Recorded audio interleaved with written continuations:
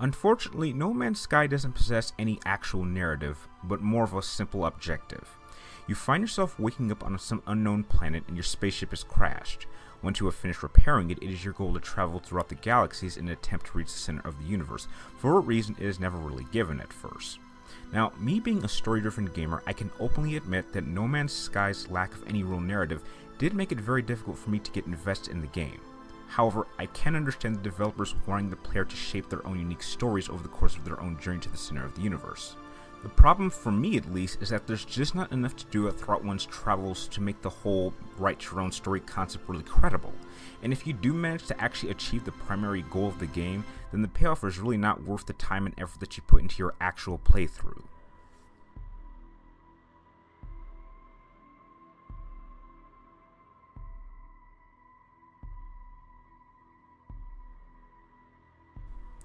The primary gameplay can be described as a survival exploration game divided into two categories, those being while you're on the ground and while you're within your spaceship. The survival aspect while you're on the ground will have you spending most of your time using your multi-tool to mine for materials that you can collect and all have multiple uses, including being able to recharge your hazard protection exosuit, your life support, and have multiple flight functions for your spaceship, including your launch thrusters, pulse engines, and hyperdrive.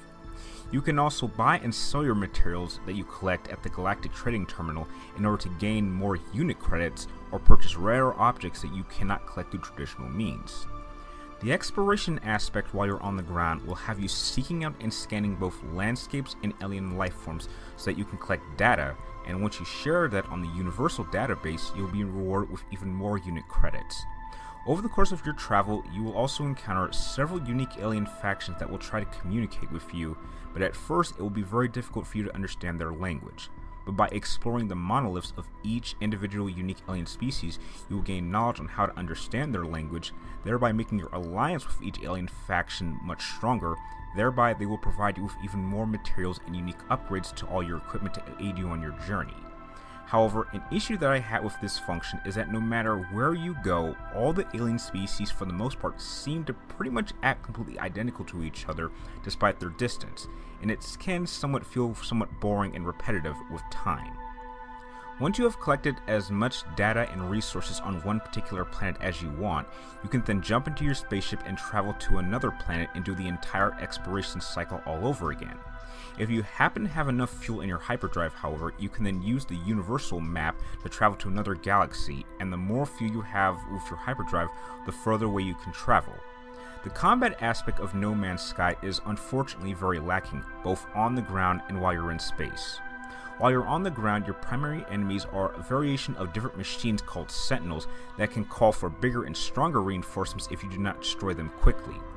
However, they will mostly always ignore you unless you are attacking them first, and the same goes for any planetary wildlife that you may encounter. Regardless of how they may appear, the wildlife for the most part stays away from you unless you feed them, in which they will befriend you and then they can actually guide you to rare items. In space, combat can be ranged from being either completely non-existent to repetitive and boring, as most of the galactic feats will only attack you if you shoot them first, and your random encounters with hostile enemies will always be one or two enemies at most. The upgrade mechanics for No Man's Sky can feel somewhat expansive at first, but it ultimately does feel quite limited. You can increase your exosuit's inventory by finding random pods and spending credits in order to buy extra slots, which will allow you to carry more materials. If you get tired of your current ship, you can save up enough unit credits in order to buy a different ship which can carry more inventory. You can even trade in your current multi-tool for a different one that may have more inventory slots and a much higher level of mechanical functions, or even a different level of combat performance. In the end, however, though the initial gameplay at first glance might feel somewhat vast, after you have finished the initial first number of hours, you will find yourself doing the same thing over and over and over again, no matter what planet you visit or how far you choose to travel throughout the universe, making the game only as long as you choose to make it.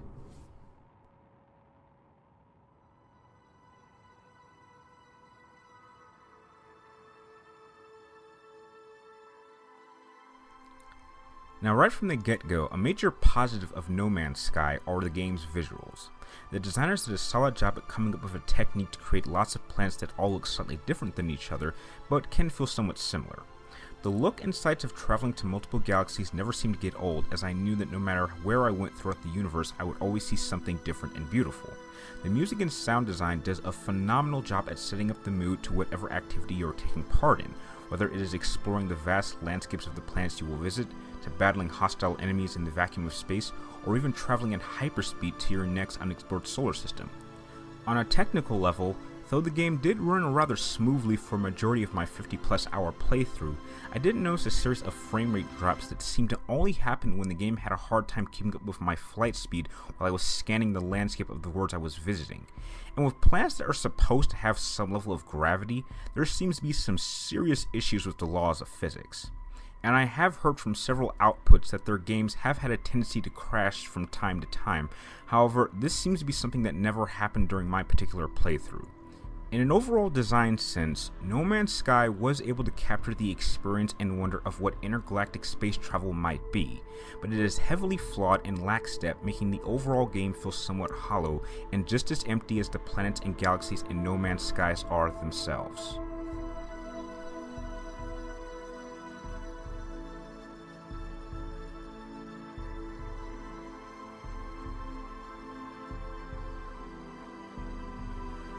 Now, in conclusion, I can completely understand exactly what the developers at Hello Games were trying to do with No Man's Sky and trying to create a completely really vast and expansive exploration survival game. But for me personally, I just feel that it ultimately felt very, very hollow, as everything in this game, though visually from the beginning might seem like it's going to have a lot of information and a lot of depth, but once you really dig into it, you'll find that there's really not much to it. In terms of the game's narrative, well, there's really not much of narrative to even be told here, because all it is based on a concept of trying to get to the center of the universe. But once you actually get there, you'll be wondering why this wasn't told to you from the very beginning, and it gives you real no initiative or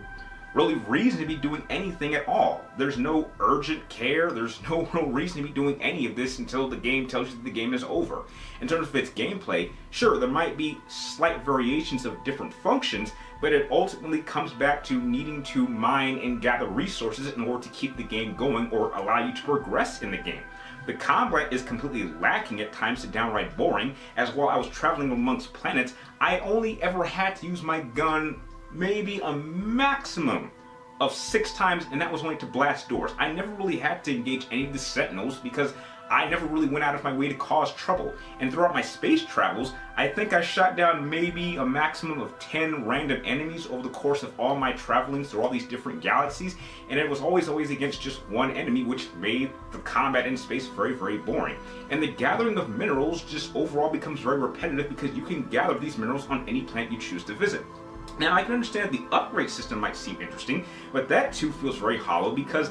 for me personally, I've never really noticed any of the upgrades. I mean, apart from needing to change my ship in order to carry more inventory, to upgrading my exosuit to carry more inventory, my main primary multi-tool just didn't seem all that different regardless of what weapon I chose to carry with me. And in terms of the game design, I understand that visually the game can look very, very beautiful at first, but to me it just felt like the developers created one template and then made slight modifications in order to make the game feel as though it has all these different planets, when ultimately you're really visiting the same planet, just slightly different. I could say that personally, I would say that all these planets feel about 90% the same. I mean, what is the real main difference between a planet that's all the way on this side of the universe that has, say, radiation in its environment, to another planet that's all the way over here on this side of the universe that might have hot temperatures? They both do the same thing to your life support system and pretty much have all the same minerals. And another issue that I have is that for a game as expansive as this one, there is no reason it should be not have some level of multiplayer. And I do know for a fact that online, some players have tried to get in contact and meet up, and for whatever reason, this was a function that the developers promised would be in the game, but it's completely non-existent. If we're going to be doing this much exploration, there is no reason to be doing it alone. What is the point of traveling the galaxy and discovering all these new planets if you're forced to do it alone? Now, to compare it to another game that has some level of space exploration, I would rather visit 4 planets in Destiny that all feel very distinctive different, unique, and allow me to play with other players than travel to 50 planets in No Man's Sky that require me to do the same thing over and over again. And I promise you, after the first, say, 5, maybe 6 hours, if you manage to get that far, you will find yourself just doing the same thing over and over again, and that will feel just repetitive in a very, very criminal level. As you can see, I really wanted to like No Man's Sky, and this game had a lot of hype behind it, but it ultimately just falls short of its real goals of its ambition. Sure, you may find some levels of fun, and for some of you who aren't really looking for a main narrative or a purpose to keep going, might enjoy this game more than others, but for me, this just overall just is a one-time game. And it's even worse because I spent $80 getting the limited edition, and now looking back on it, I kind of wish I had picked this up at a sales price of about $40 because that's how much I think it's worth. If I had to give No Man's Sky a rating, just to be nice because I did have fun when I first started playing this game and there are some redeeming qualities, I'm going to have to give it a 6.5 out of 10. Pick this up at your own choice, but I would recommend you wait till this drops to a sales price, then pick it up. If you like my game review, feel free to like, comment down below, and please subscribe to check me my future game reviews. And like always, thank you guys for watching, you're awesome, and I will see you next time.